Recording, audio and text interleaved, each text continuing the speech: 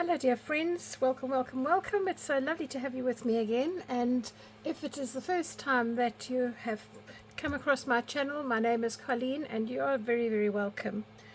I am going to be playing today with using some cards that have holes in them. Now the ones I've got have been used to just as packaging for little mini die cuts which I picked up at the range, but you could also use paint swatches from the hardware store. They will do exactly the same thing. So what I've got are these little cards which have little apertures where they've had holes punched in for hanging on the hooks, and I'm going to turn these into pieces of ephemera. And as I say, you can use paint swatch cards. They can be similar sizes, they might be larger, they might be wider, they might be tall and skinny. It doesn't really matter, the process will apply and be the same for all of them. What I'm going to need for this is to have two different types of glue. So you want to have a liquid kind of PVA glue. So I've got Elmer's, and you want a glue stick of some sort. Then I'm also possibly going to use double-sided tape. I'm not sure yet. I'm going to be using my bone folder just to get all the papers and things covered nicely onto my card. And then I have this is an embossing tool which will help me just define some of the lines that I'm going to need. If you don't have an embossing tool, then you could use something like a dried ballpoint pen or anything that's got a sort of a ball shape at the end of it. Maybe, you know, a blunt or a thick knitting needle of some sort, that would be fine. I've got an emery board and a specialist nail file, which I find those two quite helpful. I've got two different size pairs of scissors, probably more likely to use the small one. And then I've got some distress ink, vintage photo, and I've got a blending tool, a pencil which will be useful, and obviously my cutting mat. I, a little while ago, did a series of videos. One was using wax crayons and distress spray stains to create background papers, and these are just some of the ones that I created, and I'm going to be using some of those. Another one was also using distress spray stains. It's a real tongue twister, that one. And for this one I used stencils where I sometimes sprayed through and sometimes I painted through with a brush to get all these nice background papers. Now on their own, background papers like these don't look very interesting, but they are lovely as backgrounds, and that's what the intention is. So I'm going to start off by showing you exactly how to cover these little cards, and then we'll move on to decorating some of them so you can have a good idea of that. I've got a glue book here. It's just an old novel that I've read and don't need anymore, and I'm going to start off by using this lovely paper. So this was an embossing plate that I actually had with these little dots on it, and I rubbed excuse me, I rubbed white wax crayon over it before I brushed on this stains. So I'm going to just make sure that these cards will fit on here. They will. And I'm going to use my glue stick just to cover them. What you can do as well is, if you are not sure how much you're going to use of your papers, you can just roughly mark it out with a pencil, and that means that you won't put glue on an area where you're not going to use it, because you don't want to mark it for future projects necessarily. Give yourself a little bit extra, because sometimes you don't always cut things straight. So I'm going to apply glue to the one side. Stick that down first. I'm not going to wrap it around my card because I want the edges just to be card. Make sure you glue nicely up to the edges, because quite often the little papers curl at the sides, and then just position this holding your card upright until you're ready to go. Right, I'm going to press that down, and then I'm going to flip this over, and I'm not sure if you're picking this up, but there are a couple of little sort of bumps here where it's not flat on the card. So I'm just going to use my bone folder to rub over this and burnish down the edges so that I can make sure that I have good adhesion. Right, now if you have a look at that, you'll see that there aren't any bumps. But I do have this little aperture here that I ultimately will need to cut out. So you can see I've rubbed my finger over it just to accentuate that. The next thing I'm going to do is just to use my larger pair of scissors, just following the shape of the cardboard. I'm going to cut around the outside. I'm not going to worry about the inside part just yet. Oopsie. The light's so bright here, I nearly didn't cut the right spot. Just round the edges as well, like that. And then I'm going to apply glue onto the second section.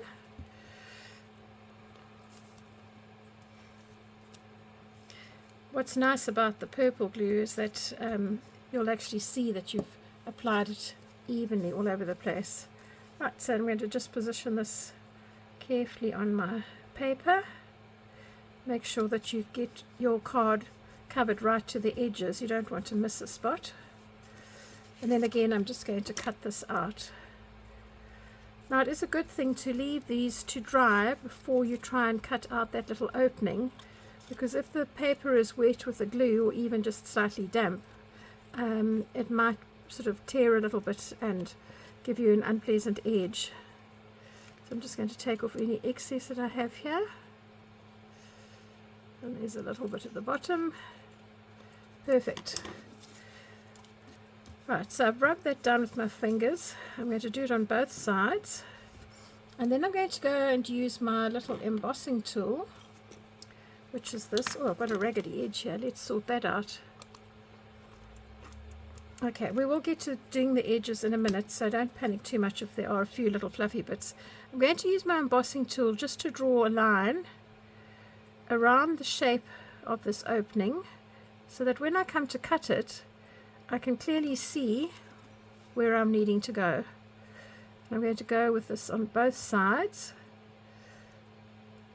And as I say, you could use a dry ballpoint pen or any other sort of rounded tool like a knitting needle or the back of a crochet hook. Alright, so that I'm going to leave to dry. Let me get one that is dry already and I'll show you the next step. So for this one, I've covered it in this paper that I used with the stencils. I can feel where my opening is here. In fact, let me find a light one because it'll be easier for you to see. Okay, I've got a light one here. This one you'll see, if I hold this closely, that I have marked out that area. I could just define this line here a little bit more. You want to get as close to the edge as possible so that you've actually got a nice shape. And don't panic if it doesn't go right the first time. Now I'm going to use my little small embroidery scissors, which aren't embroidery scissors if you know what I mean. These are old ones that have lost their charm and been replaced many times over.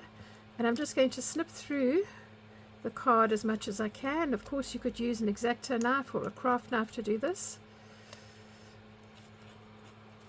And if necessary and you're finding it uncomfortable to cut through this, turn it over and cut from the other side. That sometimes helps, but I've done this quite a few times, so I'm comfortable working from one side, but flipping it over definitely helps if you're struggling. Alright, so now I've cut that out. I might have a few little raggedy edges here. Wherever possible, just try and snip them away with your scissors. But if not, then we're going to go now to using our emery board and just use that little file just to soften those edges. Just try and rub them down a bit. You can even use it flat on the surface. The paper is going to not get damaged too much if you're using an emery board. If you're using sandpaper, yeah, you would damage your paper a little bit. But this just gets rid of those fluffy little bits that are quite difficult to do with your scissors. And then I find also where it's difficult to get into these corners, this emery board that I've got, which is a stick, which I know most of you might not have, but you could find something similar just to sort of round these little shapes out a bit. That's probably as much as that I need to do. My next step now will be to just use some of my vintage photo stain and just soften the edges with this. So I'm just going to lightly blend the edges with a little bit of this so that they're not so white.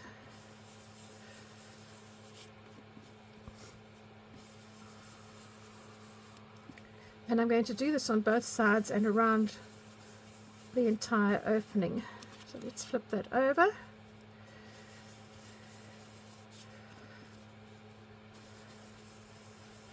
And you'll see that this is quite a quick process.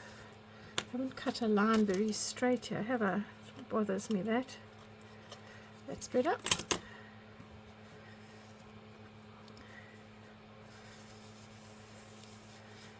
just around the edges here. Perfect. And now I'm going to use just the edge of my ink pad to ink up the edges, just to give it a slightly darker outline, so it boxes the eye into the design. You won't get necessarily all of the aperture done, but that's okay.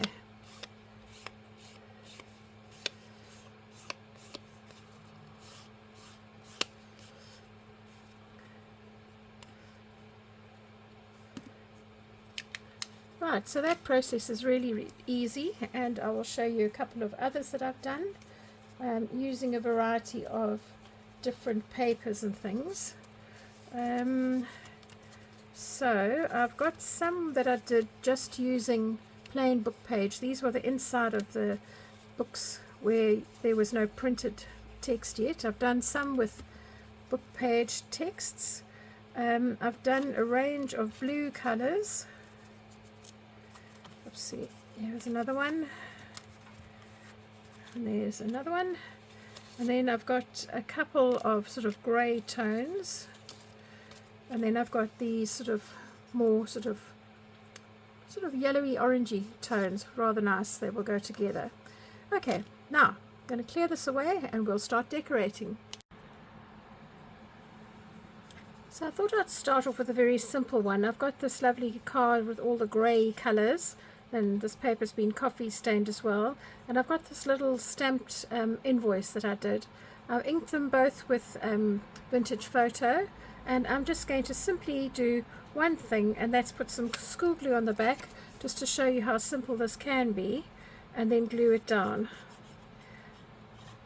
I'm not decorating both sides of these cards because at this stage I have no idea when I'm going to use them, in which context. And if I decorate both sides, it might be in vain, because it might just be something that gets stuck in a journal and you don't see the other side. So I've just used my school glue to glue that. It takes a little while just to grip, and then you can carry on. Obviously at this stage you could carry on putting embellishments, maybe if you wanted a little stamp or something to go on there. We'll see. Let's just have a look. So I'll put that on one side. The next one is this lovely one with the spots, and I had just an offcut of this handmade paper which has got flowers embedded in it, and I'd stamped some butterflies and coloured those in with some coloured pencils. So I thought I'd maybe use this to decorate. So I've made a fold here. My idea is that I'm going to glue the back of this down completely, and then just those two sides, so that I could use that as a tuck spot. So again, I'm coming back to my school glue because I want something nice and strong, because this paper is quite thick and sort of spongy, almost feels a bit like an egg box, so it'll be quite absorbent. And then I'm just going to do the gluing on the edge here and a little bit on the side that will be on the front. Then just position that and stick it down. So for this I might need to just weight it underneath my book while it actually starts to grip. So let's just pop that under there for now.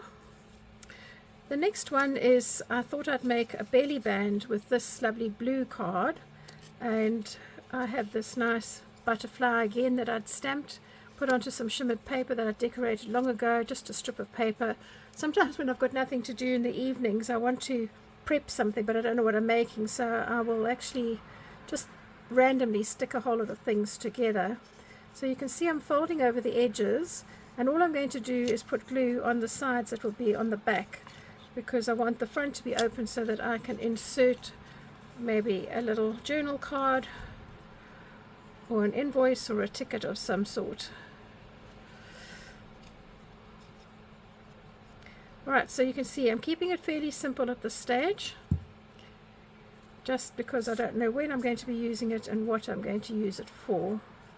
That side or this side, I think this well, this one's got a bit more yellow. Let's put it on this side. So just position that, try and make sure that it's in line, and press it down at the back. And then I have this lovely little die cut, and it's very delicate. So with these, they're quite tricky to handle. I'm just going to grab some tweezers.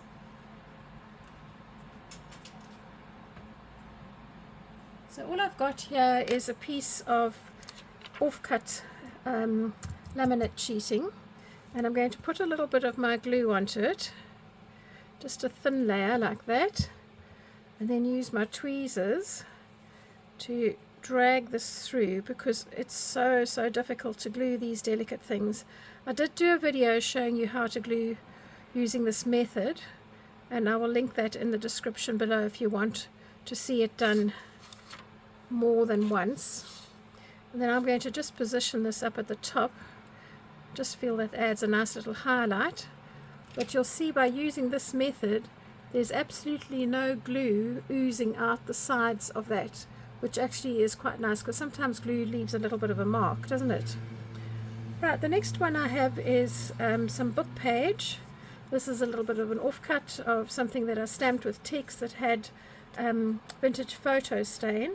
And I'm just going to glue a piece of this down, again using my school glue, because it's on mixed media paper, which is a slightly thicker paper. It's been inked, as has the little card, and here's a little quote: "Silence speak when words can't." And again, that's been stuck onto mixed media paper, so I'm going to use my school glue. I tend to use the glue stick when it's just a layer of paper. Cardboard I tend to stick a little bit with school glue, and then I'm going to position that over there. And then I have an offcut of a little bit of jute twine that I've just folded in half, then tied a knot, and I thought that that could be quite nice just as an embellishment. So I'm going to put a bit of glue on the back here, just where the knot is, and I'm going to press that down. There we go. This one probably also needs a little bit of weight, just till it grips.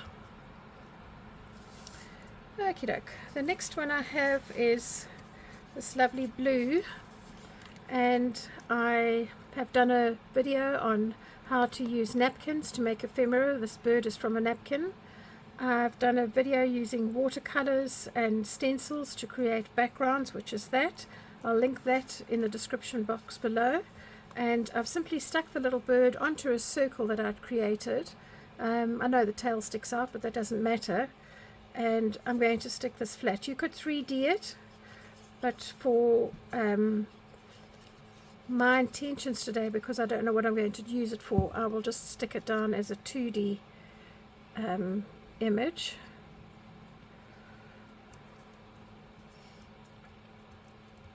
Might need to glue the little legs here again with some glue stick. And then I've got this lovely piece of foil that I had left over, so I'm just going to cut a piece of that and just do a little tie at the top. Let me just quickly drag the legs through a bit of glue here if I can. Should be okay. There we go, perfect. So I'm just going to take this, thread it through. Don't want a very long tag, and I'm going to tie a knot because I don't want this coming undone. And then I'm just going to angle the cut. There we go. So that's quite a pleasing one. So all the things that I've been making so far have been just using little bits of random things that I've had in my stash, and I'm now able to use them all up. Right, I'm going to do one more with you, and then I'm going to show you some other things.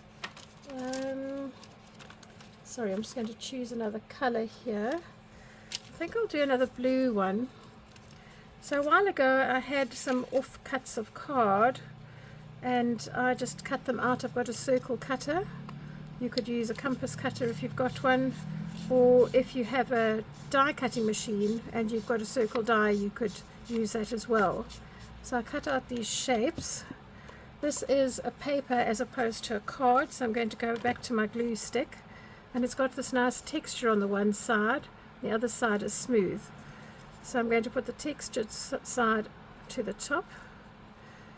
Make sure that I just glue all the way around to the edges,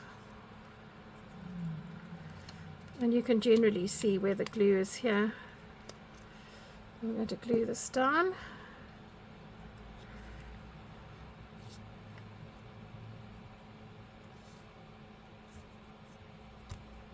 Right, and then I have, this is a sticker. You know what's going to happen is I'm not going to be able to open it on camera, am I? They don't give you a little edge on these things, and they're sometimes really tricky to open.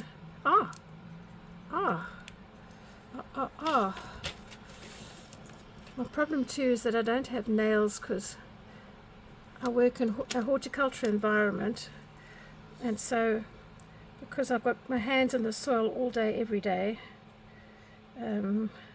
my nails are short. Okay, look at that, that's rather nice, isn't it? So we've got two with a circle theme, and then we've got our little butterfly, which is great, and I've got another little butterfly, and then I've got these two, which I have done just a very simple little one, and that, and then I'd had done a few others. So this was a little bird that was done with the brown tones. This was one that I made with a bit of map and a pocket, and then these two I had done in preparation for a field notes journal, and these were actually paint swatch cards. These had a slightly different shape opening. So I hope that's given you some ideas of things that you could do with little bits of scraps that you might have at home and a few little paint swatch cards. Thank you so much for joining me. If you've enjoyed this video, give me a thumbs up, consider subscribing to my channel, and please put the notification bell on so that you make sure you don't miss out on any videos in the future. Bye for now.